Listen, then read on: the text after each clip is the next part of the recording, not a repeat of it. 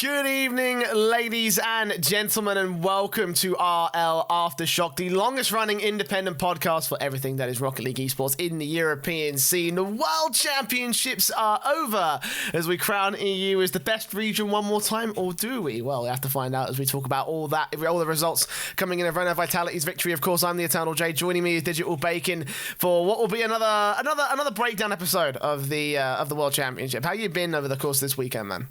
Yeah, real good. I mean, we just had a super exciting...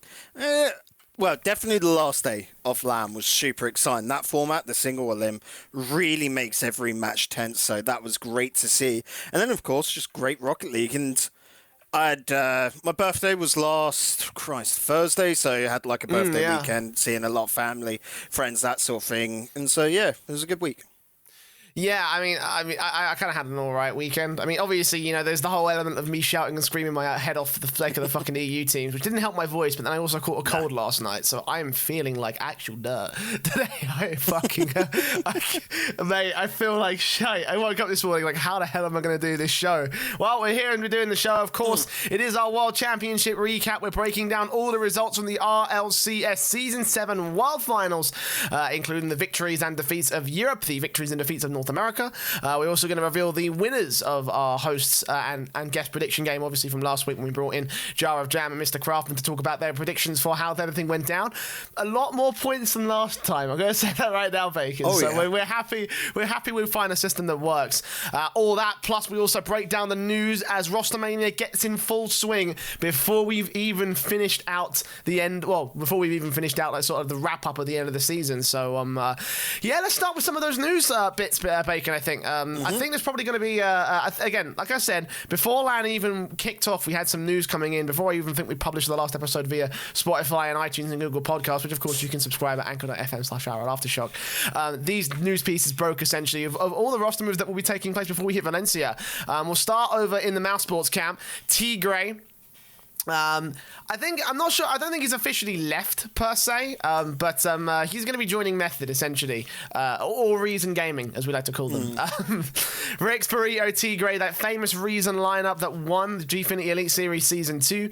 They're back in full force. They're going to be fielding themselves at DreamHack Valencia, and that doesn't give too many great signs for Mouse Sports at the moment, considering that we've already seen a lot leave and go to the Bricks.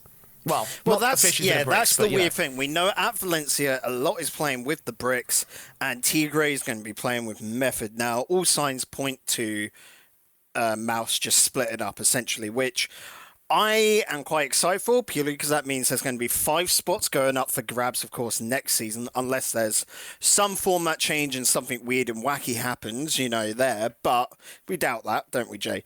We don't see a format change for the regions just yet. But here, this is an interesting one because I think T-Gray can fit into this roster quite well. He's done it before, of course. And this is a super solid RLRS team. The question is, what has happened to Astral in that time? Because he had a very, very good run, of course, with Method at Dallas, and they were doing quite well together. So where has Astral gone? Well, that was what I was going to ask you, to be honest, because like prior to this particular story breaking, we were all eyes on Astral, just like he's going to be replacing Ostalon. Ostalon announced last week that he was, of course, going to be leaving the Method side, and it's just like looking at this, it was like, right, that Astral subbing into Method, he's playing with Method, you know, he's been doing a lot of good work with Method, kind of raising them up past their initial sort of like issues with Burrito and Rix. So it all signs pointed to the idea that they would bring him on as the third, and yeah, it's a good question. What the fuck happened to Astral? You know, like this seemed like it was almost a done deal until the Mouse Sports fallout happened, and now T-Gray looks like he's the next man up to take that spot almost. And yeah, it is kind of confusing because again, it just felt like such a good common sort of like a good common fit for Method right now. Oh yeah, definitely. Of course, when you've got this newbie coming a rookie, getting a straight spot into RS is quite favourable, and that should be where you start. So the only question left is, has an RLCS piqued his interest? You know, that can, for me, be the only question, because we know that there is going to be Rostermania coming up this season. We saw it last season. We did not think it'd be hitting us again, but it seems like the old storm is on the way back. Yeah, I kind of have to agree with you on that front. And maybe it is sort of like an RLCS call up almost for Astral. Like it is speculation at this stage. We haven't heard anything behind the scenes. None of the rumor mills have been turning in regards to whoever could be picking him up. But you also got to remember that this is also a season where we've lost Turbo Pulsar and Dignitas, and where Miztic is now no longer playing with the Bricks, basically. So, there are spots open for someone like Astral to come in and insert himself. Obviously, we've also got Turbo Pulsar in that particular mix. We know that also that the Bricks are going to be trialing Turbo after Valencia, obviously. So there's there's a lot of potential, a lot of movement room coming in, and Astral could find himself on the upper foot part of that, I think, more than anything else. But just to bring it back to Method individually, again, is this potentially going to be a permanent move? For Tigray, certainly it could be, because last that I checked, they didn't hit their peak after the Gfinity Elite Series when they had that particular run that led them to victory in under the Reason banner. Like, it felt like maybe they could have gone a little bit further. I was kind of excited to see them make a run for the RLRS, and as you say, this team feels like it could be a pretty decent RLRS squad. Like, you got to remember, after that, Tigray, because of the Reason Gaming win, sort of became a real hot topic, a real big pickup. So he naturally went to, I do believe, was it Secret? And then the following season got picked up by the Soviet Geneva guys, who then became Mouse. So, of course, him coming back just feels like a natural, I'm going to say, progression, because he never really hit the heights of a top 4 team, did he, really, of RLCS. So him dropping down to RLRS with a secure spot on a secure team, like we were saying before, makes sense because of salary. Him moving from Mouse, which looked to be just giving up their spot, essentially, or not sponsoring the org any further, they're coming to the end of their contracts, would make sense for him to look elsewhere. And like I said, a salary for a pro player cannot be, like, underjudged, essentially. He could be looking to go to an RLCS team, but here he's got safety. Method are looking to a player which they've already had chemistry with in the past, and I think is a very good mix into them. So it should be a solid result coming out there. And again, the problem is, when I looked at this roster, I don't see them making day 3 of Valencia, but day 2 is a strong possibility. Yeah, but I can see that coming out very easy from them, especially with that RLRS spot also contained by Method as well. The question you also got to ask about them is that, will this team, be able to pick up from where they left off back in 2018 and run through with a decent run to the RLCS? We've been saying forever that Method are on the cusp of taking that kind of victory. They are on the very edge of being a world-class team in that sort of respect, but they haven't quite always had that sort of combination. It didn't work with Oslon, hasn't worked with Astral. Tigray is probably, I think, the closest shot that they've had. And as you say, chemistry is something that, Method kind of need lately, because Rix and Burrito, their sort of duo partnership has still not been back on the up and up. It's still on a bit of a spiral down. Yeah, well, that's the thing. Like we said, with Oslon, it seemed to be more of a trust issue, because when you saw Astral step in, they didn't have that problem. They knew Astral was fast enough, aggressive enough to get to the ball. So for me, it was really looking at Rick's run day, and he didn't seem to have those same trust issues there at Dallas. I looked at this roster, it's solid, but again, it's not RLCS caliber. That's how I look at it, and that's because RLCS caliber is so strong. We even look at RLRS coming into this season, we can see there's going to be hot competition, and it just comes down to, unfortunately, you can only have 8 teams in the RLCS, and when's our expansion coming, boys? Yep, that is pretty much it. It is begging for it, because teams like this we can just look at, and I'm going to say straight away, these lads, I don't expect to be in RLCS after next season. They could get a top 2 spot if they really push for it. But when you look at the teams that are up there, it's going to be super hard. Well, I mean, we've been saying that season after season, basically. Like, it is almost a given that it's going to be a tough sort of affair. Hello, Doggo, by the way. It's sort of been just a given by this point that the RLRS is always going to be, cutthroat as anything. RLCS even more so, and unless we see that sort of expansion, it never will kind of change in that sort of regard. So yeah, it's going to be a difficult affair for whoever really steps up to the plate, and we'll have to talk more about that when we come to the next season coming up in 3 months' time or so. I want to say I don't really know what the timeline is at the moment. Early September, I'd imagine. Early September, June, July. I'd imagine right at the end of August, you'll see the sign-ups get posted, like always, and then the play-ins take place about mid to late September. Okay, well that makes about sense. Well, we'll see when the Method can, of course, hold on to their hats for the next season of the RLRS, and maybe Tigray might be there for the ride. But we'll move on to another team, and another player in particular, actually, that has moved on from his particular lineup. Maestro is now officially LFT, and as of this tweet going out by Maestro, essentially what we have confirmed is that basically Vikings are no more. Mummy Snow and Pondex have left the mixed team. Not too surprising, I don't think, here, Bacon. Again, Vikings didn't have a great run in the RLRS.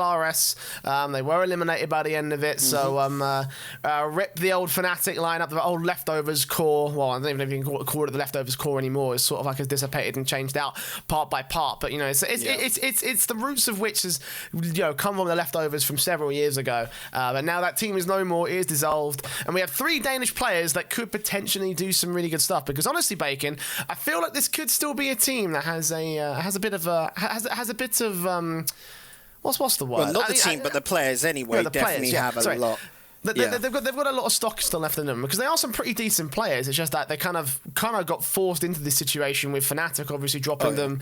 Pondex was obviously on Excel before they dropped them as well, and that team had a lot of potential, and obviously we're never going to get to see that potential lived up. Again, I still feel like in spite of their sort of lack of performance, like this team was thrown together last second, so you got to take that into account when taking a look at the Vikings as a whole. But there are some pretty decent free agents out there to potentially see some good stuff out of. Yeah, definitely. Like the Vikings squad, and before that, of course, Fnatic were just a team that was plagued with unfortunate circumstances, with how they had to pick up players. You're locked into, can only make one transfer. So stuff like simply straight away, Snatsky leaving, you could start to see the downfall there, having to stick together, of course, making sense because you don't want to lose that RLRS spot. So coming all together, it makes sense for these guys to leave. The problem is, where do they go? Because I look at Maestro and say that he is still a bottom half RLCS player. I think he's got the caliber. He's definitely able to fit in with the RLRS top end.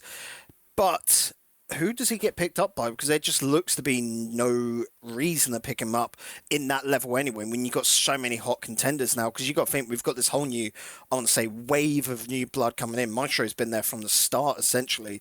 And when you've got players like Ixo, Astral, we've seen Blurry come into it, it makes sense to go to some of these newer players that can bring new life to the game and new life to a lot of teams. I mean, I think that is sort of like a misconception by a lot of different people, to be honest. Because again, I still think that Maestro was one of the top players for Fnatic when they were together, for the Vikings, when they were competing under the Vikings name. I still think he's got a lot of stock as a player. I just think it doesn't look that way based off of Vikings sort of like, lack of performance in the RLs. Yeah, they're from the results. And from their results, it doesn't feel that way. But I still think that there's a place for him, even if he is the only element of that side that ends up going further onwards. Of course, I still have a little bit of stock in Pondex as well. Mummy Snow, I'm a little bit unsure about, to be honest. I don't really think that he can. He's been a part of a couple of different fading lineups. He hasn't been keeping up to the level, which is unfortunate, because I do love Mummy Snow. He's a great player. What I see coming up from Maestro is probably having to re-qualify next season again with a new roster. I hope that he does what I'm going to call a Tylacto, which is essentially bring in new blood and be a kingpin to this new roster, where, again, we look at the Aeriality roster as it is now, and we just look at that and go, a bit like we were thinking about ARG before last season, how does that team not make RLRS, If Maestro can find some new talent, because you've got to think he's got roughly about 3 months now to start working on it, he could make a great team together. So instead of him basically looking for a team, he should be looking for players, is how I want to put it. Yeah, and I think that honestly, he could be, there's a lot of talent out there, Obviously, not Tigray. Maestro. Alex. Alex is out there at the moment. He's I don't think he's an amazing player, but I think he could there's a little bit you could potentially do with that. And again, even if you don't go ahead and form up a new team, you've still got the Bricks and you've got the Dignitas side, both of whom are looking for players, and Maestro could potentially, I think it might be a decent fit for Dignitas. It will be a very risky sort of fit, but it might be something that could work. From the looks at Dignitas, they already know who they're getting in to replace Turbo, and we'll see that this coming week with the Valencia roster announcements.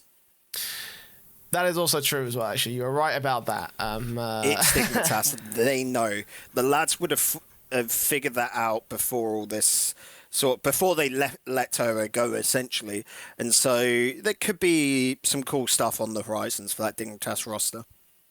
Well, of course, only 2 news stories this week as we get ready for the incoming shitstorm that will be Rostermania. Yeah, it's fine. I was sitting on my leg, and now I've got dead foot. Fantastic. Always something fucks up in the course of this one. But this one is self-inflicted, Bacon, so it's entirely your fault. Yeah. But yes, we could be seeing a number of other roster moves. Are we excited for any of the potential roster moves coming up in the next couple of weeks, Bacon? Not ones we're allowed to say. That is true as well. Because I've got a couple of others, Jay, that, again, it's going to be so good. Oh mate, when we get to really reveal some of this shit, fucking hell, mate, it is gonna blow your fucking minds. We have been getting a lot of news behind the scenes, so make sure you keep it locked. It's twitch.tv/RLAfterShock to catch the live shows every Monday or Wednesday, and of course via the Twitter at RLAfterShock on Twitter. Right, that's our news done. No mailbag this week. Of course, if you do want to ask us a mailbag question, you can send in your topics of discussion over at the Discord link in the show notes and video descriptions of every single. Because it's so much fucking needles. You fucked this up. This is all your fault. But yes, it's in the show notes and video description of every single version of the podcast. You can follow the Discord link, have a chat to our small community of various EU fanboys, and of course also ask us a mailbag question via the mailbag channel. If you're watching live on Twitch, it's !Discord in the Twitch chat. Right. Obviously, the big motherfucker of the week was the World Championship. There's no way it could not have been the World Championship. I thought it was the prediction contest. That was better than the World Championships, right? It ties in. I will agree with you on that front. You were right about that. Yes, our prediction game was infinitely more interesting. Then group stages, maybe not playoffs. Yeah. Well, actually, I'm glad you brought that up because before we get into sort of talking about the results, I did want to get like a preliminary discussion going on about the RLCS as a whole. Because there were some talking points that fall outside of the realm of results and sort of like team discussion because, yeah, it didn't feel like it was... wasn't the most prestigious Worlds, let's put it that way. Now, the double elimination format wasn't ideal, but I think, honestly, it was better than this shit show, which I've been saying for months. And even going into the World Championship, we didn't really see a whole lot of the intricacies of the way that the group stage was going to work. Bacon, we've already talked about how 3-team round-robin matchups do not work, or 3-team 4 groups of round-robin matches just don't fucking work for a World Championship.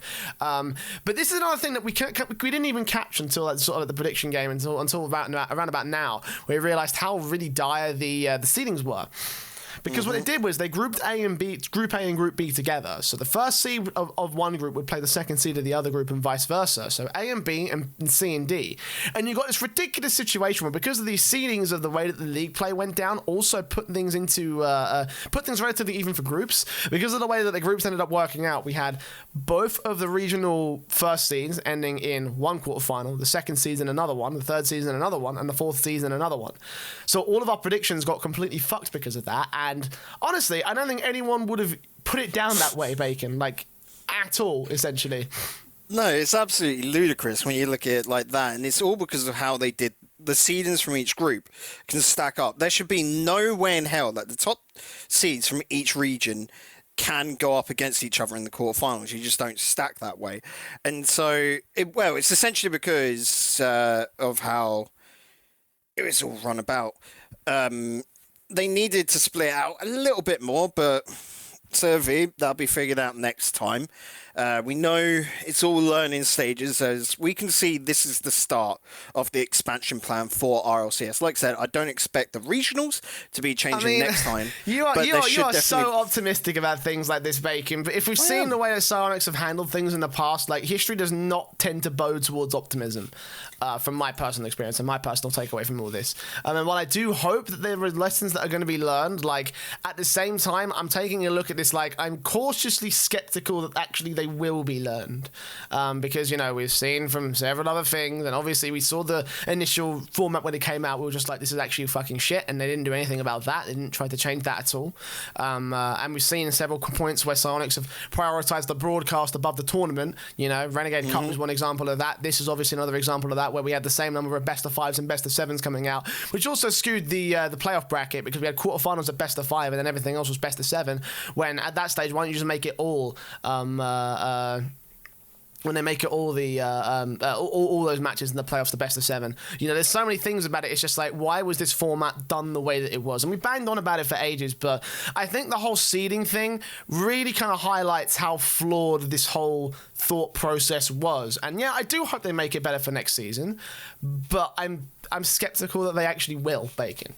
Yeah, because from looking at this, it's all going to go to a 4-team, 4-group format. That's how it should go, because 3 teams in 4 groups is just dumb. Realistically, yes. If they wanted to get to this end result, they should have done 2 groups of 6 in a double elim with top 4 popping out or something like that, and the seeding from there determining how to go through, or 2 groups of 6 with just single round robin would have been better than this currently right now, essentially, because that would have been a fucking ace format. Because when we've seen stuff like Ints, for example, go into game 5 against NRG, weren't it? Like, they could have taken PSG and then maybe, like, I know they lost 3-0 to PSG on day 2, but that's because PSG actually fucking turned up on day 2. They weren't there for day 1, really. We could have seen that all turn around, you know, these little results, that it just makes it slightly better. But like I said, hopefully that's a change for next time, because we know from Psyonix, they're not afraid to change formats season upon season. So I can expect that to be changed next season round. They'll take the feedback, and like we're saying, hopefully with the Epic money stepping in, I hope it gets bumped up. What I really want is maybe like a double round robin next season with a B stream slapped on top. We've seen B stream come in. For the Worlds? For the Worlds. We've seen a B stream come in for Valencia, and I'm saying this is what I hope, Jay. Well, I hope we get a B stream there with a double elim. For double elimination bracket. Yeah, that's what I'm hoping for, not for double round robin. And that's not going to happen, because, like you said, they prioritise the stream. The only way that will happen is if there's a B stream. And that's why I'm fucking complaining about it, because it's extremely stupid to turn around and say, we're going to prioritise the stream above sort of, you know, competitive integrity. Because for me, it makes the LAN event much less hype and much less interesting to watch. Like, you know, I remember... who was it? Someone went on Twitter about saying, you know, we need to change up the format for the group stage for next season. And I was like, and he was saying stuff about, you know, like either that or make it a double elimination bracket like we should, like every other World Championship does. And I was saying, honestly, I believe that because of this format, you know, DreamHack is probably the more prestigious tournament to win, you know, because it's got all the best teams. It's got the best format. Shadow J, aren't I, there for that it's one? B Shadow J. That's the guy who tweeted about it. And I responded to him saying, look, the only thing that RLCS has above it is the moniker of being the World Championship, which is awarded by name value alone to whoever Psyonix pleases, which at the end of the day, when you think of it like that, is only just, you know, it's just words at that point. And obviously the $1 million prize pool, which obviously DreamHack can't support because Psyonix purposely limits them from going anywhere higher than 100,000. So as a result of that, we've got what is essentially an artificially boosted sense of sense of prestige and sense of sort of like dominance and royalty is the word I'm trying to say here, but it's not really the word that I'm trying to use. That sense of prestige essentially for what is should be a world championship, and that feels inherently wrong to me when you have a system like this in play where you could potentially be tied up and the amount of goals you score in a game could decide your future for the playoffs. That is such a dumb system, you know. Like, it needs, if you're gonna give something the moniker of the World Championship, you need to make it so it is undoubtedly the World Championship, and it's undoubtedly the best team that makes it through. Even if you do see upsets, right? Like, imagine a situation which we almost had where Ground Zero would have got in above G2 or Renault Vitality. Like we almost did, to be honest, because there was a chance that maybe Ground, with the way that the Vitality and G2 results went first in Group B, Ground Zero could have pulled up one against G2, and if we had seen that, or maybe even Int as well, they were the ones who came closer against NRG. If they would have lost to PSG, would have had 1-1 on every single team for that. At that point, you're down to game difference, which with the way that these, best of fives are set out, could very easily be tied up if they all went to game fives. And obviously down to goal difference, which is an incredibly stupid sort of way to break ties, because goals are so unpredictable in matches.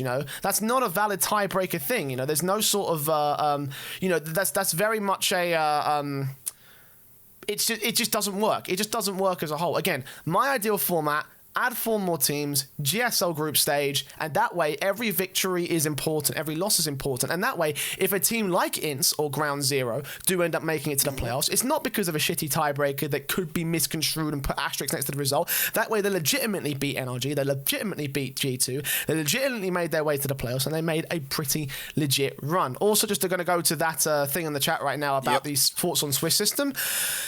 I like it only if it's seeded, only if it's reseeded after every single round, because you take a look at the Valve majors, for example, in Counter-Strike and the way that those worked out. The first time we did it, it came to some really stupid results. And again, much like this, it came to some really stupid results. But we have seen it in recent sort of tournaments with StarLadder running their own sort of best of 3 matches. So that way, it's not only is it, you know, a Swiss system match, it's also a definitive series rather than just a single map or, you know, what would be otherwise, you know, a best of 5 in the context of Rocket League. And ESL obviously doing that with the IEM Katowice one as well, where they've reseeded after every single round. You've got the right matches, you've got the right teams that made it through in the right seeding placement. So yes, if it's seeded, otherwise it's got to be double limb for me. Yeah, seeded and normally on LAN is the best one there because it's coordinated a lot better when stuff is on LAN. Online, people can miss stuff, especially when you've got a lot of teams, whereas if you're doing it on LAN, it's a lot easier to make sure everyone fucking knows what is going down. And yeah, I would love that sort of Swiss format. Like, I always, you know, go on about, you know, say ECS within CS. I love that format of the staging, but then also the Swiss sort of stages between them to allow that go forward. Again, that would require more teams making it through to RLCS and more teams in the regional bits, which it's funny, right? Because all of our problems could be solved if you just added 4 more fucking teams. Yeah, it all stems that is essentially. And I know what the counter argument to that is, right? I know what the counter argument to that is. It's always OC doesn't deserve more teams, or South America doesn't deserve more teams. Okay, well, let's add some more regions. How about we add CIS and Asia, for example? All right, there we go. We've got 6 regions in total. We've got 2 teams from SAM, OCE, CIS, and South America. 4 teams from the dominant regions of EU and North America. There you go. If not, if you don't want to go down that route, just add 2 more teams from OCE and SAM anyway. Yeah, they might go out pretty easily, but at the very least, we have some upset potential, you know, because obviously we saw Rogue make their underdog run to the lower bracket. To make it sort of fair, because of course we know NA and the EU have higher talent, you just do the next 2 spots out of the 16, so 13, 14 go to Asia, because they really need a spot in RLCS now. We saw what Sam could do being added. Asia is a cracking scene. I really want them to go through to RLCS and get their spots. And then the last 2, have them as like wildcard spots. So essentially make a separate little LAN or online tournament. It would have to be LAN because online, of course, would not work between all the continents together. Just allow anyone through to that, and bish, bash, bosh, they get a spot. Or next best, link it in with some sort of ESL tournament or a DreamHack one. I don't know, so that you can get a qualification space if you make it through far enough. But realistically, it should be its own sanctioned event and quit like the last ditch effort tournament or whatever, you know, much better name than that. Last chance qualifier, essentially. And they're the wildcard teams. They come in knowing that they're going to get the bottom 2 seeds, even though there could be great teams, but that would cause so much upset potential, and it'd be fantastic to see. Yeah, and I know, and again, I know the counter argument is always going to be, but those teams are probably going to lose anyway. But what if they didn't? Right? What if they didn't? And what if they beat these teams? Example, Complexity go out to it. Yeah. And they get in through there. Complexity at the moment could be beaten. Like, I look through this, I could see Complexity, we've seen already take down PSG, could see him take down Ints.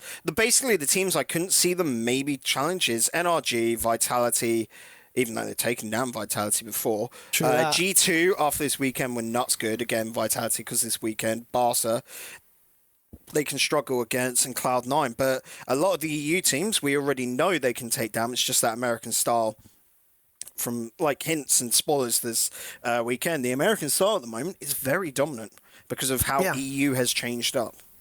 Yeah, and again, you know, as I'm saying, you know, like there's potential for upsets, and if they get those upset victories, that way it's fully legit. It's not down to some tiebreakers. It's not down to some arbitrary sort of scoring system. It's down to wins and losses. You beat in the groups, you make it to the quarters. You win in the quarters, you make it to the semis. You win in the semis, you make it to the finals. You win in the finals. At that point, no one can fucking touch you. No one can fucking deny your incredible sort of run throughout the course. Like, the only way that you could do that is through subjective analysis, which is a job for us plebs to do, basically. You know, like that's a job for this show to do. do when we break it down in a much more, qualitative sort of manner. But other than that, the results speak for themselves. And at that point, you can slam us with, we've still fucking won the World Championship at the end of the day. And that's the reason why I don't like this system, because it gives unfair advantages and it really devalues any sort of underdog run that we could see out of a World Championship. Again, if we had a seeded Swiss, if we had a GSL group of 4, then we would be fine. But this is just, again, with the way that the seedings worked out, with the way that things went down in how they put 2 groups together for the same side of the bracket,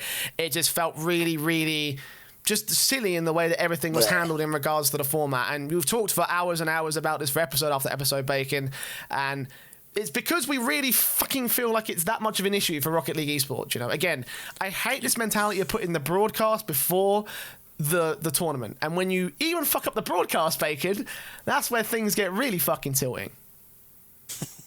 It really does. But Jay, can we just get on to talking about what actually happened instead? The problems of the setup, because we had a hell load of good games to watch this weekend. I have to say that. Yes, indeed we should, because, well, I mean, you say a hell of a lot, but I'm going to make a counter-argument to that. I only really thought that the only good match, or the only really solid match, was the one in the grand finals, in my opinion. I thought that everyone kind of brought their subpar game for this one. And maybe it was partly because of, obviously, the format kind of bringing things down. Maybe I wasn't seeing it in a kind of correct light. But I didn't feel like this was a World Championship in the same sort of way that I saw Season 5 or Season 6 as a World Championship, Bacon. I will say the group stage, so days 1 and 2, were almost quite scuffed. Yes. Essentially from the playstyle, there was because of this weird format, you could see that the tension wasn't there, and it was very weird. Again, the second day, the teams that got to play on the second day, you could see them really bring up their level. I want to say Triple Trouble on that second day looked bloody good. Rogue turning it up against Renegades, if you remember that. That was crazy. Ground Zero turn it up against G2. Don't get me wrong, G2 won that series, but Ground Zero really turned it up and they showed what they could do. And then PSG against Ints. Ints, after taking NRG to game 5, you're like, oh shit, PSG better watch out. And then PSG fucking just slapped them down on day 2. And PSG even went into day 3 looking good, but G2 were just nuts this whole weekend. We have to give them that. But it is basically down to the group stage. I want to say NRG sort of like to get... They did not play on form this weekend. They played great. They were lucky on for the first game on day 2 against PSG. PSG weren't there for that match, and it was very weird. And of course, on day 1, Ints being able to take them to game 5 was very much telling of NRG struggled for pressure. Like, they could not handle that for some weird reason. Like, us going into this, like, I was telling you, NRG only lost 4 matches since Christmas. That's why they were predicted to be the top seed. Like, by all means, they should be taking this. But no, they had a very half-hearted weekend, and you saw that in a 3-1 loss to Vitality, who, again, had a very half-hearted group stage, didn't they? Yeah, I mean, let's talk about those group stage results real quick. Obviously, we saw how the groups went out. We had all four American teams coming out in the top seeds of their respective groups. NRG in Group A, G2 in Group B, Rogue in Group C, and Cloud9 in Group D. PSG, Red Out Vitality, FC Barcelona and Triple Trouble in those respective groups, obviously coming out as the second seed, which also left South American OCE with not a whole lot of fucking anything in the playoffs.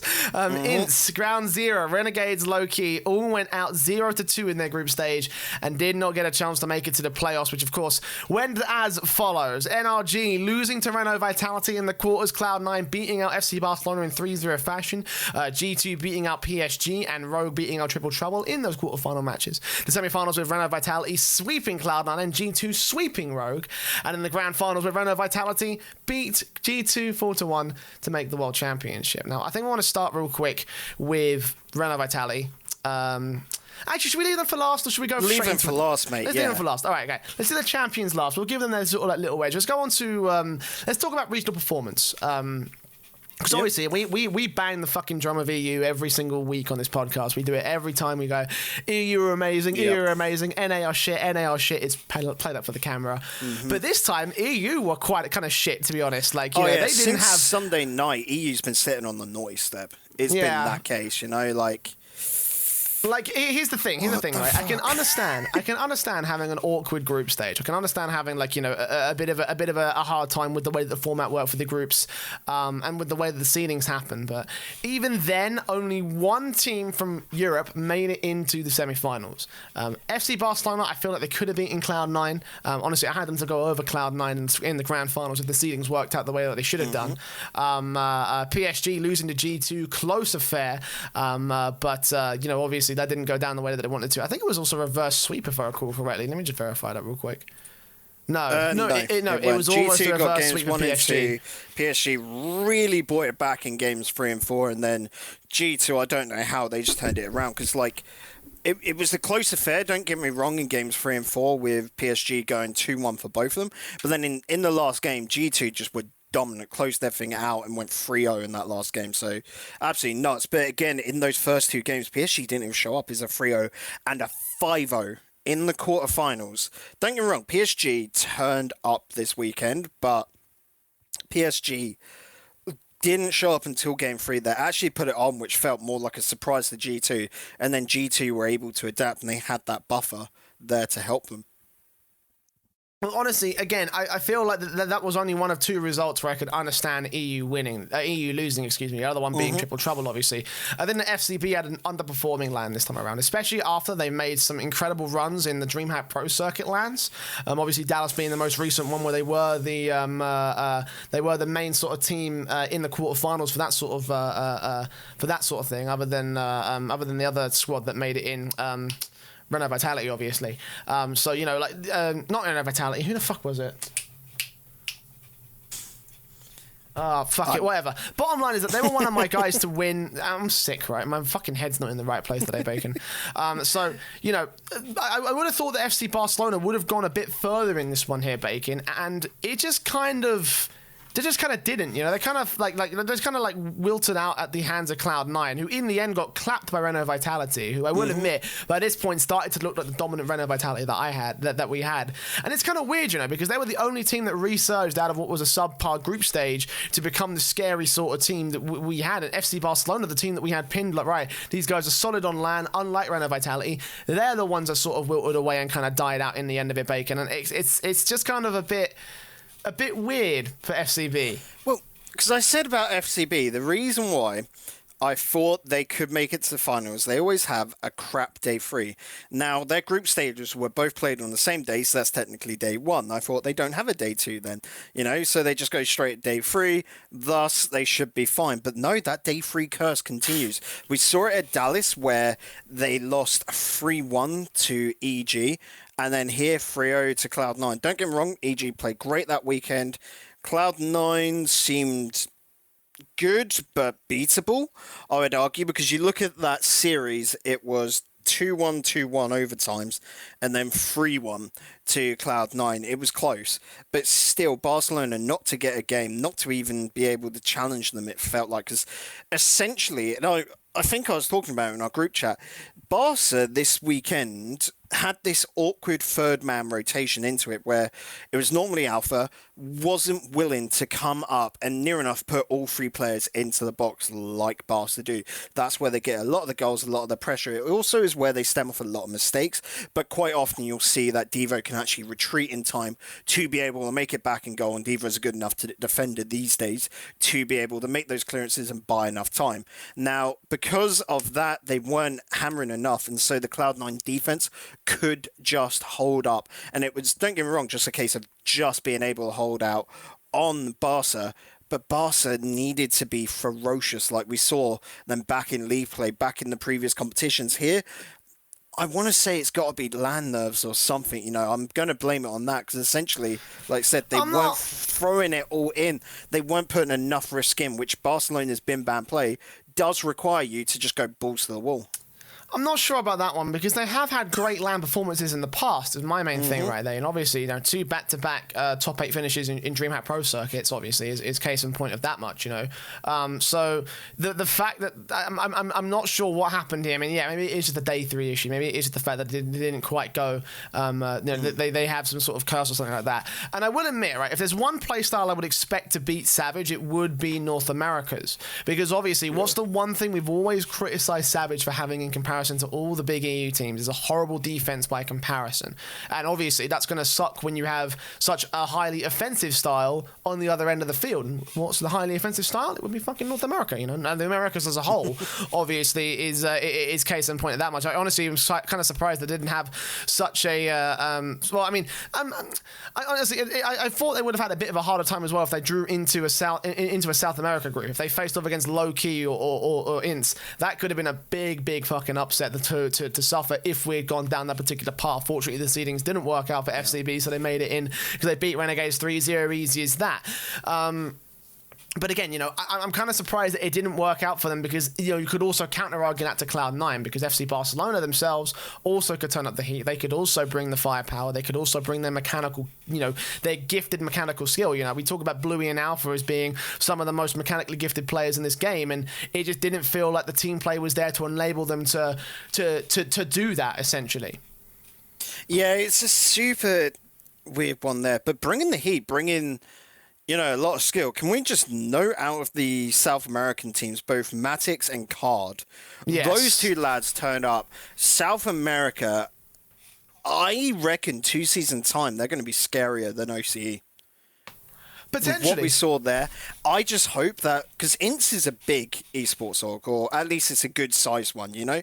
I'm hoping when it comes to some future LAN events, let's say Montreal coming up, Ints, get the fucking South Americans up to Canada and play in that, because you could see an upset result there, especially against the bubble scene of America. I could see Ints, if EU do another one like this RLCS LAN, Ints could make day 3. They were looking that convincing. I mean, I'm not going to say it was as convincing in my perspective. Like, yes, they had that 3-2 against NRG, but they also had the 3-0 against PSG. And remember, the one thing that we were saying with PSG was the fact that they could potentially lose to Ints, just because of the way that PSG tend to perform on LAN, which kind of was proven over the course of this group. Of this World Championship, which I say. Actually, while we're on the topic of PSG, let's move on to them real quick, because you know, I feel that this is probably one of the best LAN performances we've seen from PSG, like, you know, thus far. You know, we've always been saying, like, look, this is a team that we expect to, you know, that we not expect, but we obviously want to see them succeed. The one issue has always been performing on LAN, because they're online gods, they have great online seasons, they do well in online cups, and then you get to the World Championship, you get the DreamHack Pro Circuit, and then all of that just kind of falls off the edge of a fucking cliff. This is the one LAN, though, where they actually had a pretty confident showing. They lost to NRG, which was expected, and then they obviously destroyed Ints, which was the one thing that was like, okay, could they actually, you know, suffer this upset? And then they went on to face off against G2, the eventual tournament finalists, and almost knocked them out. You know, there was it was within one game with nearly a reverse sweep for PSG. You know, they had a terrible start to that series. Everyone kind of thought it was over, but they resurged, and for a moment it kind of looked like maybe PSG could have gone the distance. They could have been able to face Rogue in a semi-final instead and be the second highest placing European team in the tournament, you know?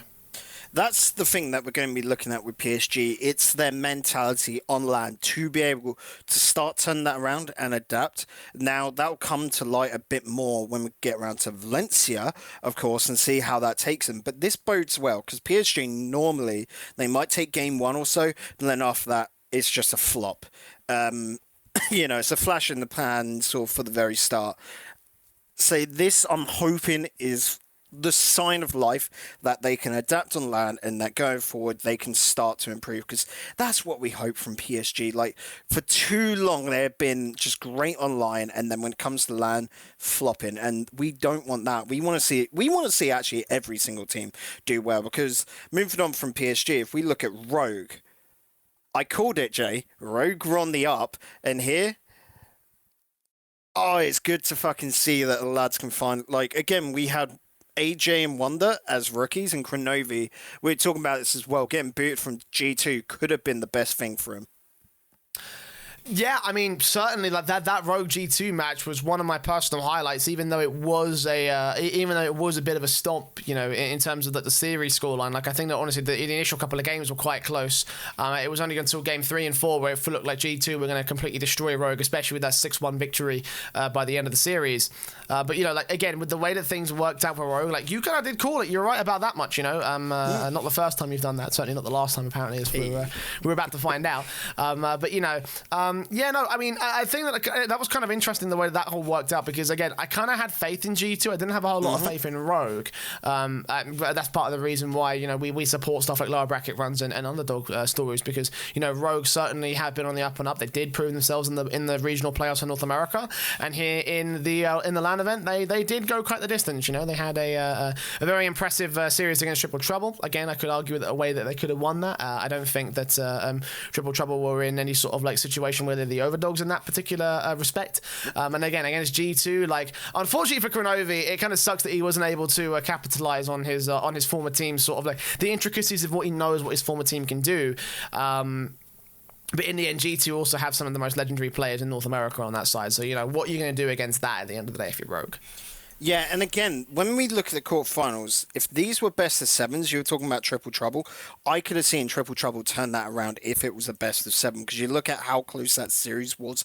It was all 1-goal differentials, bar game 1, which I think was 2-0. You know, Jay? So, of course, because we've got to round out EU teams, I've realised we haven't talked about Triple Trouble a lot this weekend. What are your thoughts on them turning up for their first LAN, buddy? I think it was a job well done. You know, I think that a lot of us had sort of like sparkling, you know, hopes about what, you know, Triple Trouble could have done. Give me a second, Beck. I need to sneeze. But yeah, on that note, against Cloud9, if we look at them, going to OT with Cloud9 twice, don't get me wrong, like to read off what their results were, 4-3, first game win for Triple Trouble. Can you remember that? That was, for me, the best game of day 1, where everyone just went, oh shit, and then Cloud9 come back 6-1. You was like, oh no. Overtime, game 3. Oh shit. Game 4 going to, you know, just the 1-goal differential again. So that was more just Cloud9 when they really crank up and, again, pull off those great mechanical plays. I'm looking at Gimmick and, of course, Squishy there. They're super hard to beat, but Triple Trouble showing that they have the level to compete against these big teams. Of course, on those playoff days, like I said, if this was a best of 7, I could have seen Triple Trouble get 3 in the end and just be able to etch out. Who knows? Because, of course, we won't ever be able to see that scenario. But please pick them up, because just getting these guys to LAN would be the big difference maker for this team, because that was their very first LAN together. That is absolutely ludicrous. And they're not going to Valencia. Like, come the fuck on. They're not even allowed to work on this momentum. Like, you know, again, I think, again, just to round out the point I was making before I had to sneeze, you know, I think the Triple Trouble had a really good, well-done job, because they were coming into this one as rookies, essentially. You know, there was very low expectations. They went to Leipzig together. It weren't their first LAN together, but Leipzig was a write-off for them. I remember that. Yeah, and this obviously being the World Championship, you would expect them to have like a certain level of, okay, we need to do well here in certain terms of the mentality. Obviously, I beg to differ. I've always explained my own personal take on that. But, you know, with the way that they sort of showed up, and again, they had a close series against Rogue, you know, I don't think the 3-1 tells the whole story. And the end result kind of has left us in a lot of promise for Triple Trouble. You know, again, I feel like it was a job well done, because I don't think they could have gone against Cloud9. They still took a game off them. Against Rogue, I feel like it was going to be a difficult affair from the start, and they still managed to make it close. This team's got a lot of potential, you know. This team's got a lot of potential, and I kind of am very excited to see what they'll be able to do in the upcoming sort of like off season, especially during the next season as well when they get to return. I hope they keep the grind up. You know, they feel like they're a team that has a lot of love behind them. Certainly, we're fans. I've just ordered. I need to order. Not just ordered. I was going to order my Triple Trouble jersey before we went on air, but I forgot to. So that's just kind of me being a pleb. But you know, I'm definitely going to order one, because like, you know, they've you know, I've always backed them. I've kind of always liked to see what they can do and how well they can perform, and I think they kind of proved exactly what they're made of in this particular tournament. Yeah, the only reason I'm not picking up a Triple Trouble jersey is because I'll pick them up when they get signed. I'll get the jersey then, you know?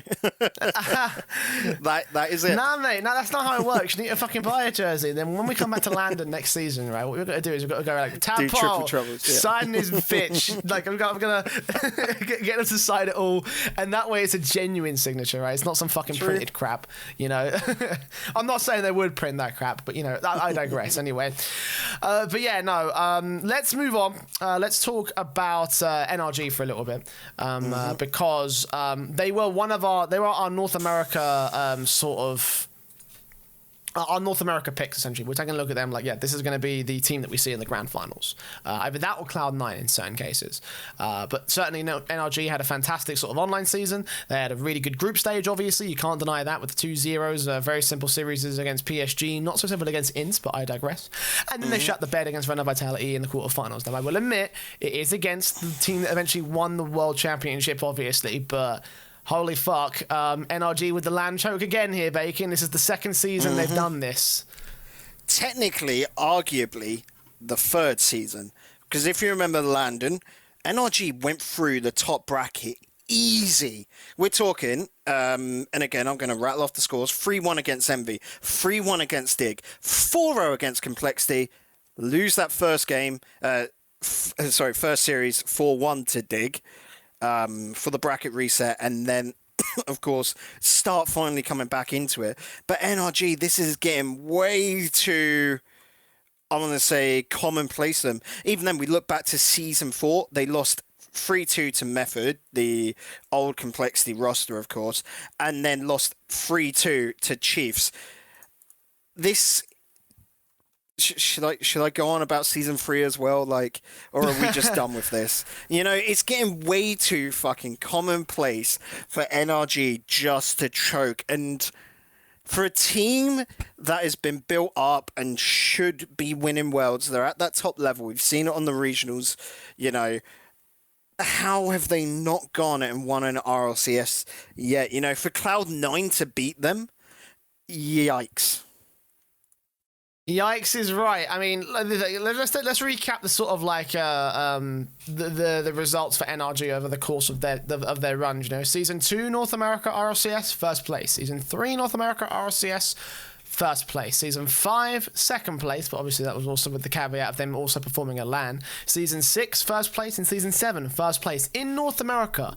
And they've always gone on to have a really shit time at Worlds. Obviously, the caveat there being that season 3 and season 5 where they did make it far, but it was still those matches themselves were sort of choked. But that's the thing. That's the thing, though. What's the common trend, right?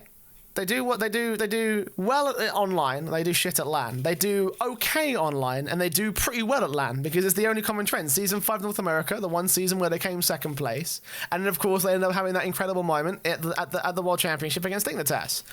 So, like, what the fuck is this little weird trend that we've got going on right now where they have to sacrifice some of their online power to gain some LAN power?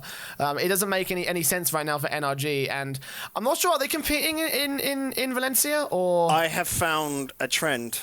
You have found a trend? Oh, shit. For NRG, their 2 good seasons were when they brought in roster moves. Justin's back for season 3. No, it won't be Justin. Back for season 3, it was Sad Jr. being taken out, Garrett G coming in, and then it was Justin coming in for Jacob. Back before London. NRG, you want to get to finals once again?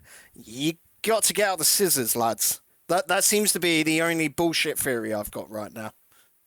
I mean, I wouldn't be surprised if even the mentality was sitting that way in NRG, right? You know, like, it is a trend, you're right about that, but it's also just like, you know, how the fuck, how the fuck can you even keep your mentality at that stage? You know, how are you going to be able to keep going when you know that you sort of had such a great performance as one of the big 3 of North America, not only one of the big 3 of North America, but also like consistently the best of the big 3 in North America, and you're still not winning championships, and you're still going to Worlds and not performing in the same sort of way, you know? And the question right now there, if you're saying that if we've got to make a roster move in order to put them back up to the top, who are you saying we're going to cut here, Bacon? Oh, yikes. I just saw that from Cyborg Champ, of course, in chat. Oh, I didn't even see that from chat. That was actually really fucking good timing. Well done. Yeah. Fireburner or Garrett G? I would argue that Fireburner had a very weak LAN this time around. Oh. So, yeah. It's a weird one because that's the squad. Like I said, so you've got to get cut by this bullshit theory. But who would you cut? Because I'm going to argue Justin is not going to be cut because he's pretty solid for that roster, even though it's more in the attack. He's not a core player, naturally. But then who are you going to get out of the two core players? They've been playing together for so long that is it just going to crumble everything around it? And Dog's having like those weird dream hiccup. You know when Dog thinks they're running in their sleep? Yeah. It's that sort of shit. Cutie. Well, I mean, are NRG now the PSG of North America? You know, because we say about PSG a lot, is that this team has a lot of promise. They have a lot of potential. You know, they have a great online season. You know, the parallels there are pretty fucking. Are pretty fucking there. But when it comes to LAN, they just don't do well at all. So the question is, if we have to apply the same sort of logic to PSG as we do to NRG, then what's the next sort of step to try and make this team just fucking work, essentially? Because, you know, if cutting someone isn't an option, if we can't find someone to cut out of this pretty fucking amazing roster, what do we do? Where do we go from here with NRG? The thing is that you can't go any further. They've already got a coach in, like, because quite often you'll see Chrome coaching them and going through replay analysis. The only thing I could say might be able to help them could be that whole getting their coach on stage with them, which we talked about before, to be able to turn around series like, against Vitality there, where it was still within reach. You know, first game NRG 1-2-1, Vitality then go on to win the next three, 2-1 OT, 3-1, 1-0. So that's still, if you look at that, within reach, but a coach might be able to turn it around, just give them that little bit of an edge. Of course, the caveat to that is like for Vitality, in that case, if they lose the game, Gregan could give them the little bit of pep, you know. It's all about the mental. And so that's the only thing I can see for them there. Otherwise, it is a roster swap to just spark some new playstyle. And it would require a brand new playstyle, essentially, from that team.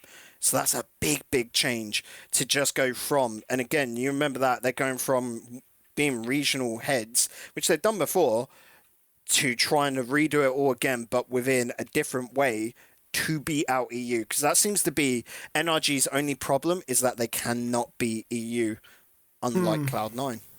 Exactly. And, you know, history is time and time again.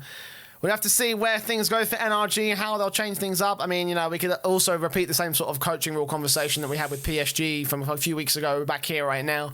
But you know, we won't go into that. If you want to go ahead and watch the previous episode of the podcast, and you can do that later on down the road. For now, though, Bacon, anything else we want to talk about before we move on to the champions? I'm having a quick little think. No. When I look at this, it was all, like, the group stages we've gone about. We've talked about all the teams here. So, yeah, it's got to just go on to Vitality. They are all that's left of the roundup. Your champions of the Season 7 RLCS World Championship, of course, were Renault Vitality, reinstating the doubt that we had in Europe. It's funny, Bacon, right? Because like I seem to fuck this up every single time when I go on Twitter. I talk about the playoff teams. And obviously, last season, the big thing was, if you scrubs think that Cloud9 can beat Dignitas, you're fucking stupid. How well that backfired for me. I got fucking berated on Twitter. This time it was, you know, Vitality, I don't think they can do this when they face Cloud9 in semi-finals. Oh no, how wrong were we? Right, let's talk about their group stage. On that note as well, because it was a very similar case for me. Before this season of RLCS started, I said to you, even on this broadcast, Vitality are winning the season. Like, you know, we can go back to whatever time in February that was. And I said right there and then, no, Vitality are winning this season with this roster. After seeing them at Leipzig, it was, they're going to go on, they're going to do it. And after the season of RLCS, after Dallas, I lost hope in them because Dallas was not a great showing from them. No. And how wrong I was, because they finally hit. Even after, you got to remember, the group stage, losing the G2 there, don't get me wrong, that's with the caveat G2 are actually well worth it over the season. We learned that on the last day. But after that, you were there going, yeah, Vitality aren't doing this. They're going to lose probably in the course straight to NRG. That's what everyone thought, but they proved us wrong. And I'm so happy to be wrong here in that, turning my opinion around, because Vitality is great to fucking see there, and they are, again, an org which you can see are trying to build themselves up to like that Cloud9 level, and they're making all the right choices. You know, they're probably one of these teams which are trying to push for a coach on stage. If player houses were to, like, you know, were to become a norm, you know, they'd be one of the first teams to throw it in there. They are trying to lead the forefront of Rocket League esports, and I love them for that. Yeah, and they've got the right team for it as well, you know. Like, we talked a lot about how scary Vitality looked during the course of the season. We were like, this is like the new Dignitas, essentially. We were saying these guys were amazing. And again, after Triple Trouble, it felt like things did kind of fall off the hat when they had that one-loss result against TT. And obviously, as you say, Leipzig was not a great performance for them. Dallas was also not a great performance for them. You know, they were... I think it was just Dallas that wasn't a great performance. So I'm just keep mixing up my dates. And in the group stage, it looked like, this actually might be a bit of a rocky time for Renault Vitality, because they had the 3-1 against Ground Zero. They lost against G2 3-1 of their own right, and it was only down to those 2 games of difference between the series that gave them the edge, and Nation managed just to put them into guaranteed spot for second seed coming out of that group. And I'm thinking all about whether Ground Zero. Was it Dallas in the Valencia qualifiers? I'm trying to remember. It might have been the Valencia qualifiers. They came out on top. Yeah. What am I fucking saying? It was. Bottom line is that coming into this one, we were saying that Renault Vitality might not be looking like the championship team that we predicted at the beginning of the season. And they weren't in the group stage, you know, coming out of second seed like every other EU team. They were seeded against NRG, and we thought, it's fucking over. GG, boys, it's been fun. Thank you very much for watching. Stay tuned, and we'll see you back here for more next week on our RLAfterShock. But no, what happened is they fucking came out of the group stage, a bit of a vengeance on their line, and then they beat NRG in what I thought was the closest series of their sort of playoff run, what I think was the closest series in the playoffs as a whole, because obviously they clapped the fuck out of Cloud9, and then they clapped the fuck out of G2. Like, this was the team that we saw at the very beginning of the season. This was the team that we ranted and raved about, just like, holy fuck, they're immortal, essentially. And considering when we came off of Dallas, where it was like, they look this great online, they don't look this great on LAN, and now they're looking this great on LAN, it's like, holy shit, Gregan, what did you give these guys in their bottles of water, man? Like, it's fucking insane. I love that little meme. I love that meme. For me, it all comes down to Fairy Peak in this roster, because Scrub, there is no denying it. He was boss all weekend long. His MVP award was well and truly. Absolutely. I will say, one of the trends I always saw about the Renault Vitality side was that their defensive was complete shite in day one. Oh, sorry. Knocking the microphone, but their defensive was complete shite in day one, in days 1 and 2. In day 3, though, Justin's rotations were fucking godlike. It was like a typhoon in a Batmobile, swiveling around the fucking, Justin's rotations. Justin. Fairy Peaks. I have a cold. Scrub Killer's rotations. See, it's because Scrub they're both really young. Octane, right. Bottom line is that he was a fucking typhoon around this pitch. Right. Half rotations in the midfield, back in on clutches, and just coming in, saving it every single fucking time. Right. Every single fucking time. I think of only like 1 or 2 or 3 situations where he was the man who failed in the defensive line. Other than that, it was always Caleb or Fairy Peak that failed in the defensive. And it didn't matter for them because the French Connection came out and struck every single time. Even Scrub Killer got his own like opportunity to dribble up to the opposing half and score a couple of goals, which also looked really fucking sick for Renault Vitality. Oh, yeah. Like, Scrub, I think, probably, again, as you say, well-deserved MVP award, worked miracles in the back line to like just sort of like hard bolster Renault Vitality, give them that sort of rock to defend against, and then obviously carry it forward and actually, win the whole championship. Yeah, for me, to look forward, like, to the future, for Vitality to make this a common thing, it's got to come down to Fairy Peak sorting this shit out, essentially, because arguably, like I said, it was the one that was generally off rotation, which caused a lot of problems against G2 on that day 2, and then they sort of fixed that all, and they came into day 3 really solid. He finally got into the mix and got into the rotations really nicely, and that's what won it for them. They got to make sure that everyone is firing on all cylinders. If one person in Vitality is off, like any other team, if one person is off because it's Rock League, you've only got 3 players, it hits you so damn hard. And at the moment, I look to Fairy Peak there, because otherwise, I don't think you're going to see a roster swap this season, but if they drop from grace because some other team figures them out. We've seen from Vitality before that they're quite happy to make a transfer, aren't they, Jay? So if anyone's on the line from these little inklings, it would be Fairy Peak, because the other two are so fucking good. Yeah, they are amazing. K-Dop has certainly inserted himself as probably one of the best teams. One of the best players in the. I can't fucking do words, man. Why did I decide to do a show on a cold? I should have just postponed this till Wednesday. Fuck it, whatever. We're nearly there at the end, Jay. We're nearly there. We're almost done. What will be a relatively short show, apparently, this week. But, K-Dop has cemented himself as probably one of the... That's probably one joined Turbo on the free timing, I reckon. That probably makes him the best player in history. That's the key thing, right? Is that I still think there's a bit more of a conversation we can have about that. But when it comes down to the main thing that we all quoted about Turbo being the best player in Rocket League, well, now that's gone now. Like, K-Dop is the new three-time world champion, and he's got his teammates. K-Dop's had the runner-ups as well, remember? Yeah, so K-Dop's also been the one that's also consistently placed second place to every world championship, which is just, I think one of the most unprecedented things. So yeah, I think there's a bit more conversation, a bit more sort of debate about that particular thing, which maybe we might go ahead and do it another time, and another sort of debate essentially, maybe for another podcast.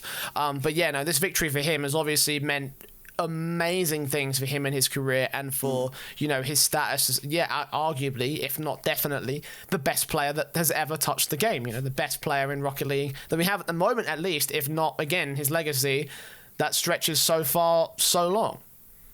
Definitely.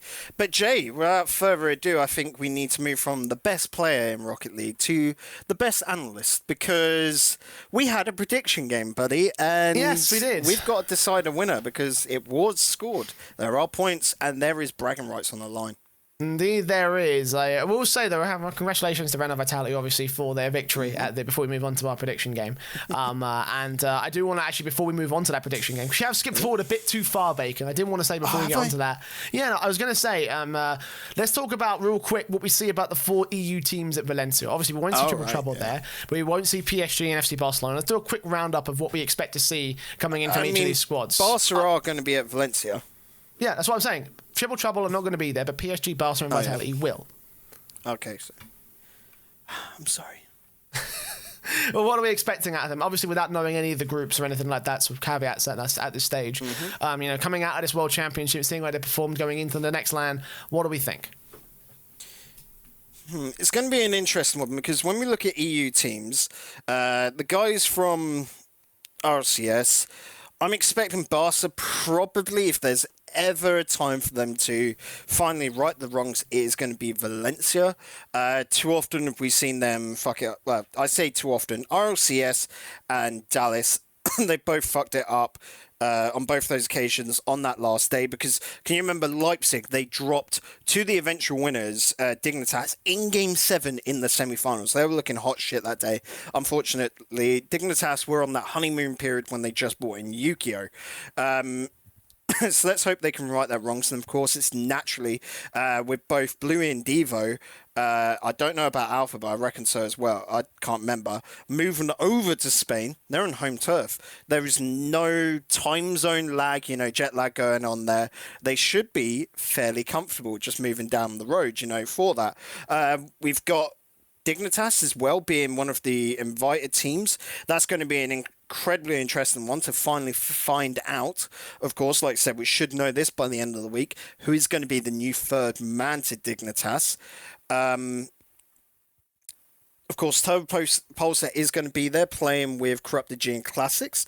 So this is the first time we're going to see an EU-NA joint team. That'd be cool as well, to see how Turbo Pulsar does essentially a speed to that roster, moving as that last man. And like you said, Vitality, are they going to be able to do the 1-2? For me, that is a big question there, because again, that will come down to Fairy Peak, and that's going to come down a lot to mentality, because it's Champion's Curse, ain't it? Yeah, Champions Curse. I mean, it's not theoretically dead. It's only just kind of gone away for a couple of teams and a couple of different LAN events. But let's see whether Vitality can conquer the curse, much like the likes of Dignitas and Gale Force did way back during their historic run. But yes, that's going to be it for the World Championship. As Bacon said, though, we have one more result to talk about. And of course, that is our predictions for our guest predictions, essentially. Right. So for those of you who didn't watch last episode, I encourage you to do so because you can see how fucking wrong we were in terms of predicting a lot of the results out from the group stage and playoffs, except in the case of Bacon, because he had some fantastic results. But I will quickly break down two parts of what happened. If you're watching the Twitter, at RLAfterShock, of course, you'll know that we posted about the sheets as they stood at the end of the group stage and where our points were at that particular time. Now, but by the time the groups were over, we had Bacon leading at 35 points out of 79 total, by the way. So 79 points was the maximum on you could group have gained. stage alone. You could only get 36 points. I was so fucking proud of myself. That's true. You were 1 point off the perfect group stage, which was fucking insane. I was 6 points off the perfect group stage, so I came in at second at 30 points. Craftman at 29, so 1 point behind me, and then Jar of Jam taking 26 at the end of the last place sort of scenario there for the predictions, which kind of had us a little bit rattled. Jam was just like, oh fuck, I'm definitely screwed. But as you'll see from the screenshot that should be coming up on screen right now of the current prediction sheets and where they stand at the moment, you'll see that the points kind of shifted a little bit because, obviously there was more points available for the playoffs. And the end result, which fucking tilts the shit out of me, obviously Bacon got first at this stage, 50 points, because obviously he got the three results in the semi-finals, right? So he got his 3 out of 4 teams there. First place gained by Bacon at 50 points. I was 40 points behind, but Jar of Jam, because I'm only third place, Jar of Jam soared ahead to 41 points from last place to second and fucking stole the second place silver medal from me. And Crafton obviously down at 34, only gained one of the results in the semi-finals. And I'm fucking pissed. I'm fucking pissed about that. I am fucking pissed. Couldn't believe it. Couldn't fucking believe he was last place at the end of the group stage and he instantly fucking steals it from me, man. It's because he got the same prediction as me. Both me and Jam got 15 points from those playoffs. You only got 10, so that's only 2 correct. True. Like, me and Jam got 3 correct. You got 2 correct, and Kraft has only got 1 correct from the playoff situations. So we can actually say the group stages were more valuable than the playoffs, which is really interesting. I mean, you say that, but the playoffs is really what gave Jam the edge above me. So I guess it is more of a conversation. And the group stages were easier to predict, arguably. Yeah, that too, obviously, because we have no idea how the seedings worked out. So in other words, this also seeding... the only one to fucking know that Rogue was going through. You all took the mick out of me saying I was wrong. Fuck you guys. I knew it. In fairness, we also did take the mick out of Crafters when he had that 1-to-1 Group B, so and he thought that Triple Trouble were taking down Cloud9, yeah. I didn't say that. Crafters did. I think Jam actually may have said that as well. I think he may have said about the Loki upset as well. So, hey, we took the piss out of everybody, right? But, the risks get you some places, apparently, as Bacon has proven, as he scores 50 out of 79, making him the second champion of the Aftershock prediction game for the World Championships. Taking the title away from Doomsy, who couldn't be here. Fuck you, Ryan. I love you, really. But yeah. Well, no, he was with the subpar lads doing the viewing pod. Did you get to watch any of that? I didn't get to watch any of that, no. I'm going to go back and check that. It was great fucking fun. I hope they do another one. Well, I say I hope they do another viewing party next season. I fucking well hope they don't, because it should be back in the EU, to which they'll be going to that, so they won't be doing a viewing party. But if it happens to be another non-EU one, then I hope they do another viewing party. If they go back to North America, I'm going to fucking turntables. I'm telling you right fucking now. Everyone in the EU is going to turntables. But let's do a little bit of sort of like an after championship prediction. Bacon, you just won the Aftershock prediction championship. How do you feel? I feel absolutely average because I expected to win, because I am the smartest, the biggest brained, most handsome cast around analyst in the whole of EU, and you know it. if only Kate Oppen turned around and said real. That. Right. That's what we need. Still, can we say that? I love that there is a little bit of personality. Actually, one thing as well. RLCS guys, that crowd, NA finally turned up as a crowd. I am so happy from what we saw. Again, day one, the cameras weren't on the crowd enough, but It's just a shame that the microphones still weren't adjusted for the crowd this time again. So, you know, production issues. Also, new world record, fucking longest Mexican wave. Yeah, 28 minutes. This land is going to have a lot of memories brought out of it. I just wish that some of all those memories were shared with the general audience at home, you know, with everything again. I feel like there may have been some interesting chants coming out of North America. I felt like the crowd was a lot more hype than the microphones tend to pick up. You know, needs most. At the end of the day, still several thousand people got the chance to witness it firsthand, so they can be the ones to have the championship moments and everything that goes their way. But for us here in EU, we're going to be done for the week. We're going to be done for another episode of Aftershock Bacon. Another world's over, another season wrapped up and tied up in a little bow we can deliver out to the Rocket League gods, and hopefully that can help feed some results for Valencia coming up in a couple of weeks' time. We're all going to be going to Valencia, Bacon. It's going to be fucking hype. Oh, yeah, I can't fucking wait to go to Valencia purely because, I don't know, we're all sharing Airbnbs, Valencia. Lads on tour. That's it. Finally, exactly. Casters on tour. Exactly. Oh, speaking of that, have you heard anything about the certain thing that we can't talk about? Or no? Ah, fuck. Nope. That's going to be probably a very last minute thing, as always. With I'm gonna need to know relatively soon because I may or may not have more work coming up. But we'll talk about that in another episode of RLAfterShock because we are done for the week. Next week, there's not a whole lot going on, at least as far as my calendar. So we may have to take a week off. But of course, if you do want to give us some content, you can of course join the Discord via the Discord links in the show notes and video descriptions of every single episode of the podcast, where you can send us a mailbag question and chances are we'll answer it live on the episode of the podcast next week. If any big news breaks as well, we'll also add that to our tally. Of course, if you're watching live on Twitch, it's !Discord in the Twitch chat, so you can come ahead and join us. And of course, you can follow the Twitter at RLAfterShock and catch the audio versions of the podcast on iTunes, Spotify, Google Podcasts, and every other major platform distribution service, including now TuneIn. And you can go to angle.fm/RLAftershock, where you can find all your favourite platforms and request your favourite way to listen.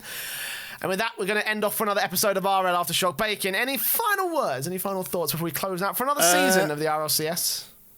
Another final words. If you want some more Rocket League action, tomorrow night, both myself and Jay will be commentating on the Blanc Arena Clash. Ooh. Dude, forgot about that. Basically, it's a UK little circuit. I say it's basically that because game stores from the UK, they will fight off against each other, essentially like little internet cafes. But the guys we have signed up are actually real nuts. Like we've got Tadar in there, Crow, Banana Man, Crisis, love you, man. Cynical. Like I can't literally name off enough people. Even the Footmaster Triss is in there. So make sure to tune into that because it's actually really nuts. We've got it all going on, and the finals take place in Insomnia. So again, if you're at Insomnia coming up August, I'm going to say 26th is the Sunday. Make sure to just, give me and Jay a wave because we'll be there casting that, of course, at the finals. And we'd love to do like a little meet-up with you lot. Well, until that point, though, we've still got to go through the actual season. Of course, day 2 happening tomorrow at 6 o'clock BST, excuse me. BST. And hopefully it will be a lot less warm than today because I swear to God, I'm fucking sweating. I don't know if you can tell. Oh, it's so muggy. It's like so you've got a blanket muggy. completely smothering you. Anyways, that's going to be it from us here at Aftershock. Thank you very much for watching, and we'll see you back next week for even more of the Aftershock.